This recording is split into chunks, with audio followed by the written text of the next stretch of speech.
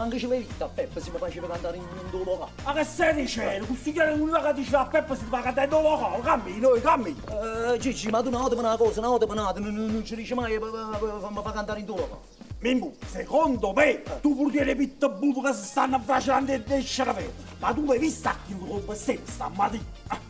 Gigi, ma come stai? Perché sta buono, sta qui lunanetta, bello con l'aria condizionata che va coccare in tuo vino, noi che stiamo malamente sotto il sole, sempre ora di mangiare e morti di fame sta. Allora facciamo una cosa, facciamo questi servizi a presto, ma poi la roba ti porta a mangiare arriva, ma può?